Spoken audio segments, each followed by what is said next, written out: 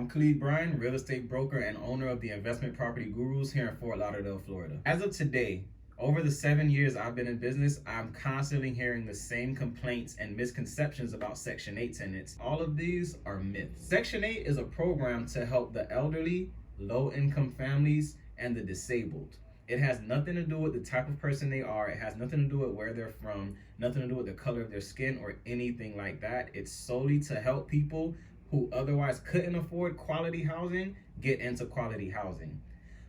It doesn't always pay 100% of their rent. Sometimes if the prospective tenant has their own income or they have a job, it's just not enough. They'll still have a portion of the rent in which they're responsible for paying, even though the housing authority is sending the landlord wire transfers every month for their portion. How it works is fairly easy, though it is different. The beginning part is still the same. You find a property you like, you come to terms with the owner, you draft a lease agreement. The difference comes into play at the very beginning. When you first get your housing voucher, they do a review of your income situation. They need to see why you need this Section 8 voucher. Do you qualify for this Section 8 voucher? Of all the people that need vouchers, should we give this to you? Once they've reviewed your financial situation and granted you a voucher amount, it's time to start looking for a property.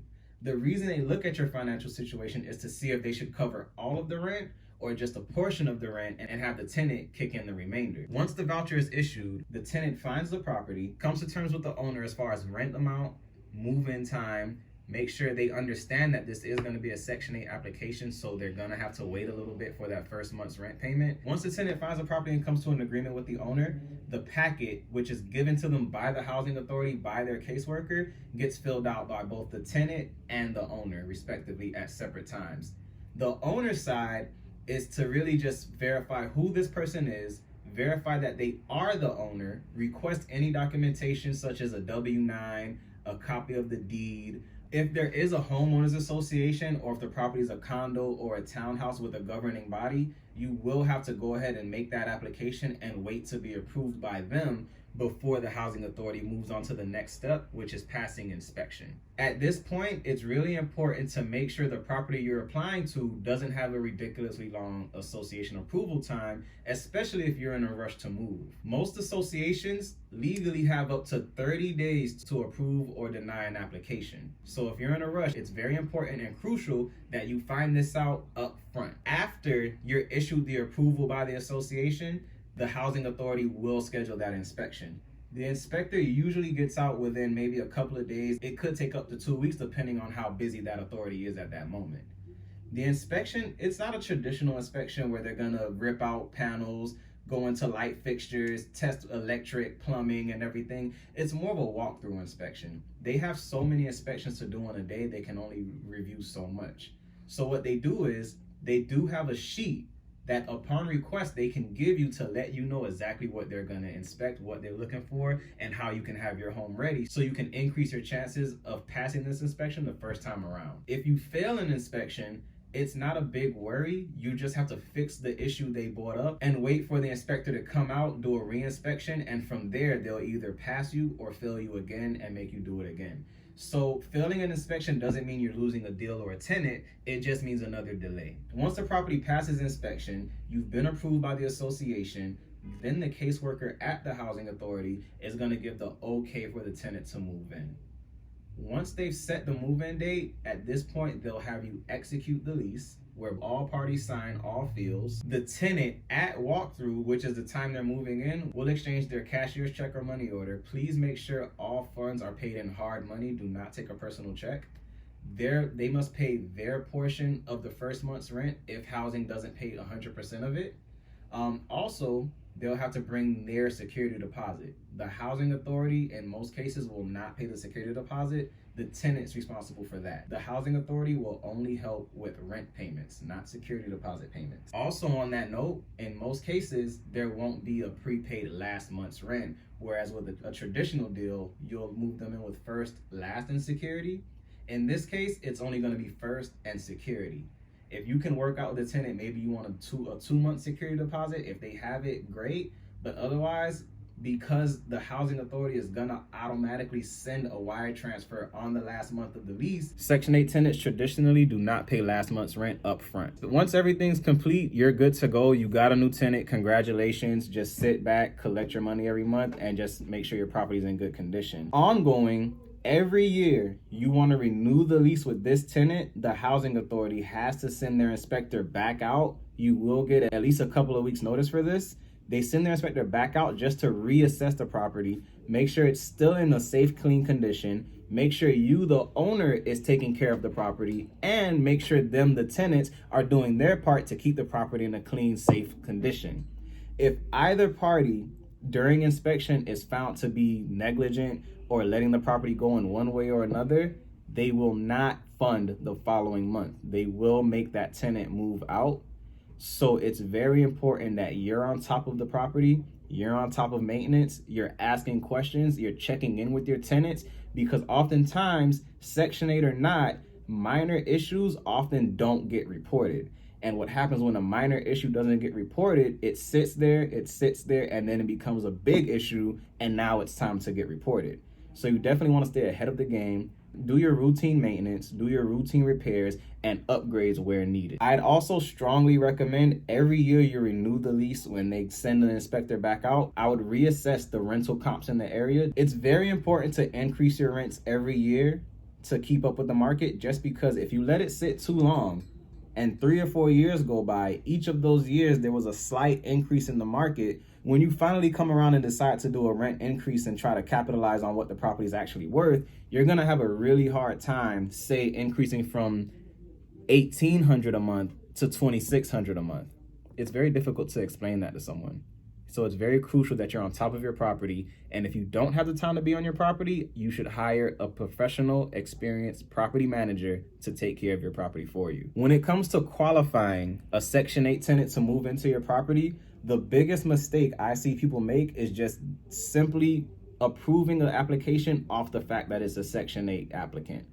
That is a very bad idea. Not so much because it's Section 8, just because you don't want to move anyone into any property you own or manage without understanding who they are. So though the income may or may not be fully or partially guaranteed by this governing body, which is the housing authority, you still want to check their credit, you'd still want to check their background, and you'd still want to do an income check. Number one, to verify they can afford their portion of rent if they do have a portion of rent to pay. And number two, to make sure they can afford to take care of the property. Even if 100% of their rent is being paid, they still have to keep the water on. They still have to keep the light on. They may have to take care of the lawn. Bleach costs money. They have to be able to keep the house clean. If they can't keep the house clean, if they can't care for it, the condition is probably going to deteriorate. Another tip I'd advise when screening tenants is to call their previous landlord or landlords.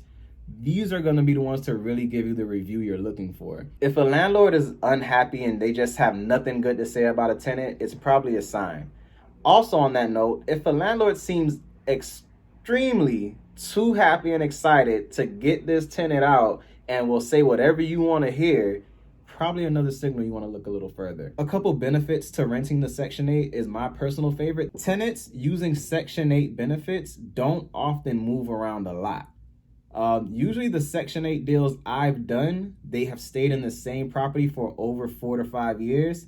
And the only reason they've moved because the owner decided to sell the property, the owner isn't maintaining the property, or they just wanted to relocate for other reasons such as work, family, anything like that. You can never really know. Even if your tenant has a portion of rent to pay out of their pocket, at least it'll be a portion of rent that's being late versus the whole thing. You'll always have something. Now, whether you're a tenant or a landlord out there trying to put a deal together, I have tips for you. Now, if you're a tenant on the Section 8 program and you found yourself having a hard time finding property, I have a few tips to help you. Number one, make sure it's clear that they understand that Section 8 is strictly additional income. You don't have to call landlords individually or agents individually and ask, do you accept Section 8? It's actually discriminatory for them to say no Section 8 applicants, unless they're saying it's because something about the property won't pass inspection and they know that for a fact and it cannot be fixed. Section 8 benefits are strictly considered additional income, nothing more. It has nothing to do with the type of person that's applying. It has nothing to do with where they work, how much money they make, where they live, where they come from, the color of their skin, the size of their family. These are all just factors in the overall picture. If you're still getting offers denied, I would also try sending a letter of recommendation, maybe from a current or previous landlord, your employer, even friends. Letters of recommendations give the owners an insight on who you are, and it just makes them more comfortable. Make sure you verify association requirements up front. Some associations will have a credit requirement where they have a minimum credit score for everyone over 18 to be approved.